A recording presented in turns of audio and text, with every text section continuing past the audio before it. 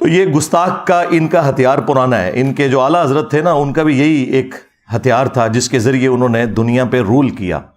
آج انہیں دنیا سے گئے آلموسٹ 100 سال ہونے والے ہیں. 1921 میں ان کی ڈیتھ ہوئی احمد رضا بریلوی صاحب کی، بمطابق 1340 ہجری. اور انہوں نے اپنے زمانے میں باقی مکاتب فکر کو گستاخ ڈکلیئر کر کے کافر ڈکلیئر کیا کیٹاگوریکلی. اسی روش کے اوپر یہ لوگ چل رہے ہیں. احکام شریعت میں احمد رضا بریلوی صاحب سے سوال ہوا کہ یہ جو وہابی لوگ ہیں، قادیانی، شیعہ، مختلف فرقوں کے نام لکھ کے نا ان سے سوال پوچھا گیا کہ کیا ان کا ذبیحہ حلال ہے اگر یہ اللہ کا نام لے کے کوئی جانور ذبح کریں؟ تو انہوں نے جواب میں کہا کہ وہابی، خواہ دیوبندی ہوں، اہل حدیث ہوں، قادیانی ہوں، قادیانی کافروں کو ان کے ساتھ شامل کیا، شیعہ ہوں، نیچری ہوں یعنی نیچر کے ماننے والے، یہ سب کے سب لوگ 1,00,000 دفعہ بھی اللہ کا نام لے کر کوئی جانور ذبح کریں تو ذبیحہ مردار ہی رہے گا، اور یہ سب کے سب مرتد یعنی واجب القتل ہیں، یعنی اسلام سے نکل چکے ہیں، واجب القتل ہیں. البتہ یہود و نصارہ کا ذبیحہ حلال ہے.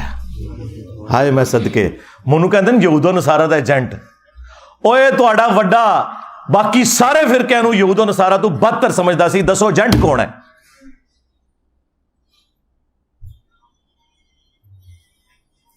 پھر ملفوظات اعلی حضرت جو ان کے اپنے بیٹے نے جمع کی، مصطفیٰ رضا خان نوری، جن کی وہ مشہور نعت ہے، تو شمع رسالت ہے عالم تیرا پروانہ، اپنے بیٹے نے جمع کی ہے، کسی اور نے لکھ کے متھے نہیں ماری. اور اس سے بھی بڑھ کر جو ملفوظات اعلی حضرت کا پہلا حصہ ہے وہ اعلی حضرت نے خود پڑھا ہے، اور اینڈ پہ اس کی شان میں ایک ربائی بھی لکھی ہے، وہ بھی ہم اس کے ساتھ اٹیچ کریں گے، ربائی سائڈ پہ کونے میں لگا کے، کہ یہ بڑا اچھا کام کیا ہے اس نے کہ میرے جو ملفوظات ہیں، ارشادات عالیہ، اقوال زرعی اس نے جمع کی ہیں. وہ ارشادات عالیہ آپ سنیں. ان سے سوال ہوا کہ اگر وہابی، دیوبندی اور اہل حدیث امام نماز پڑھا رہا ہو تو ہم نماز ان کے پیچھے پڑھیں یا الگ سے پڑھیں؟ انہوں نے کہا کہ ان کی نہ نماز نماز ہے، نہ جماعت جماعت ہے. انہوں نے کہا انہاں دی اپنی نہیں پی ہوندی، ہماری کہاں سے ان کے پیچھے ہوگی. دوسرا سوال ان سے ہوا کہ یہ بتائیں کہ وہابیہ کی جو مسجدیں ہیں دیوبند اور اہل حدیث کی، کیونکہ اعلیٰ حضرت ان کو ملا کے کہتے ہیں وہابیہ، یہ جو مساجد ہیں ان مساجد میں ہم نماز پڑھ لیں؟ اب آپ جواب سنیں اور آپ حیران ہو جائیں گے کہ انہوں نے کیا کہا. انہوں نے کہا کہ کفار کی مساجد مثل گھر کے ہے. ہاں، یہ نیو ٹی وی پہ بیٹھ کے مولوی کہہ رہے تھے اسی تک کدے ایک دوئے نو کافر نہیں کیا. نسے دوئے جھوٹے ہو، فراڈیو. دیکھو کیسا ننگا کیتا ہے تو انہوں پوری پاکستانی قوم نو پتا چل گیا. پاکستان کی ہسٹری کا سب سے فیمس پروگرام ہوا ہے، وہ ساروں کی تسلی ہوگی جی انجینئر صاحب بیٹھتے نہیں مولویوں کے ساتھ. دیکھو مولویوں نال میں بیٹھا جے اینی چھوٹی جی دیر وچ میں چگے لاتے جے نہ دے.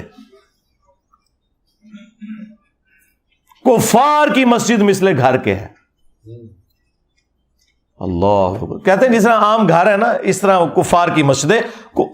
اور اندازہ کرو کفار کی مسجد، بھائی کفار کی تو عبادت گاہ ہوتی ہے. اعلیٰ حضرت صاحب تو انہوں الفاظ دا چناؤ بھی نہیں آمدا.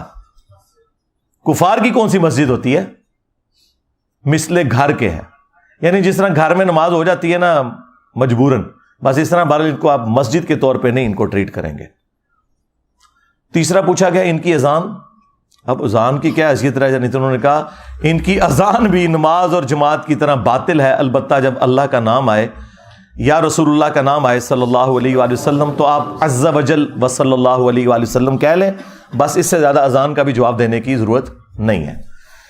یہ جناب وہ لیگیسی ہے جو بریلویت لے کر چل رہی ہے.